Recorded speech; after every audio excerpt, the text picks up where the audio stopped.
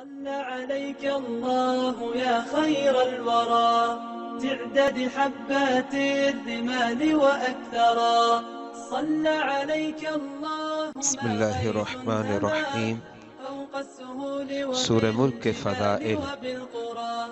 حضرت سیدنا ابو ہریرہ رضی اللہ تعالی عنہ سے روایت ہے، رسول اللہ صلی اللہ تعالی علیہ وآلہ وبارک وسلم نے ارشاد فرمایا، قرآن عظیم و فرقان حمید میں 30 آیات پر مشتمل ایک ایسی صورت ہے جو اپنے پڑھنے والے کی شفاعت کرے گی یہاں تک کہ اس شخص کو بخش دیا جائے گا، اور وہ سورہ مبارکہ تبارک الذی بیدہ الملک ہے۔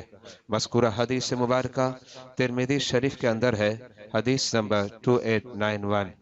حضرت سیدنا جابر رضی اللہ تعالی عنہ سے روایت ہے، آپ ارشاد فرماتے ہیں کہ بے شک نبی علیہ السلام اس وقت تک نہیں سوتے تھے جب تک سورہ الف لام میم تنزیل اور سورہ تبارک الذی بیدہ الملک کی تلاوت نہ کر لیتے۔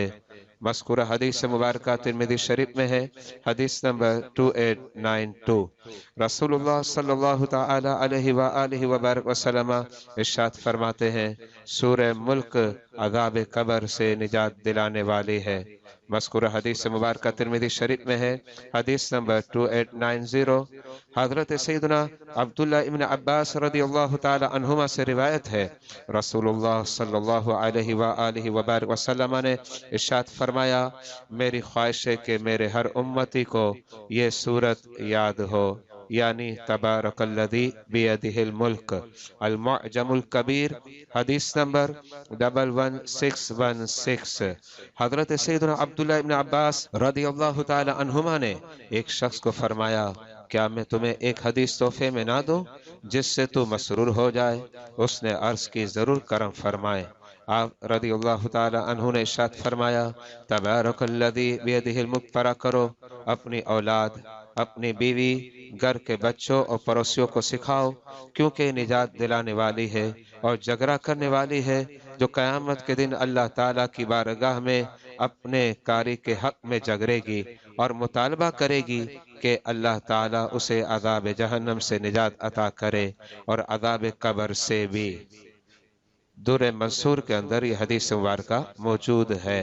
اعوذ باللہ من الشیطان الرجیم، بسم اللہ الرحمن الرحیم، تبارک الذی بیدہ الملک وهو على كل شيء قدیر، الذي خلق الموت والحياة ليبلوكم أيكم أحسن عملا وهو العزيز الغفور، الذي خلق 7 سماوات طباقا ما ترى في خلق الرحمن من تفاوت فارجع البصر هل ترى من فطور، ثم ارجع البصر كرتين ينقلب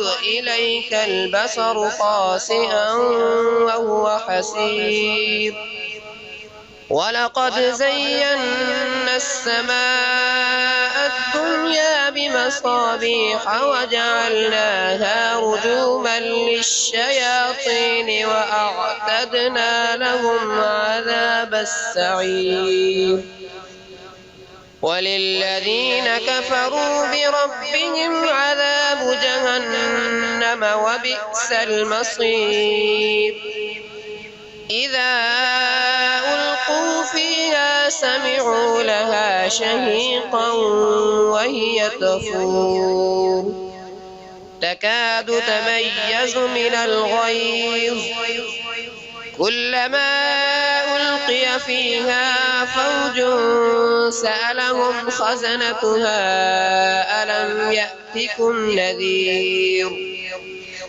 قالوا بلى قد جاءنا نذير، فكذبنا وقلنا ما نزل الله من شيء إن أنتم إلا في ضلال كبير. وقالوا لو كنا نسمع أو نعقل ما كنا في أصحاب السعير. فاعترفوا بذنبهم فسحقا لأصحاب السعير. إن الذين يخشون ربهم بالغيب لهم مغفرة وأجر كبير. وأسروا قولكم أو اجهروا به إنه عليم بذات الصدور. ألا يعلم من خلق وهو اللطيف الخبير. هو الذي جعل لكم الأرض ذلولا فامشوا في مناكبها وكلوا من رزقه وإليه النشور. أأمنتم من في السماء أن يخسف بكم الأرض فإذا هي تمور. أم أمنتم من في السماء أن يرسل عليكم حاصبا فستعلمون كيف نذير. ولقد كذب الذين من قبلهم فكيف كان نكير. أولم يروا إلى الطير فوقهم صافات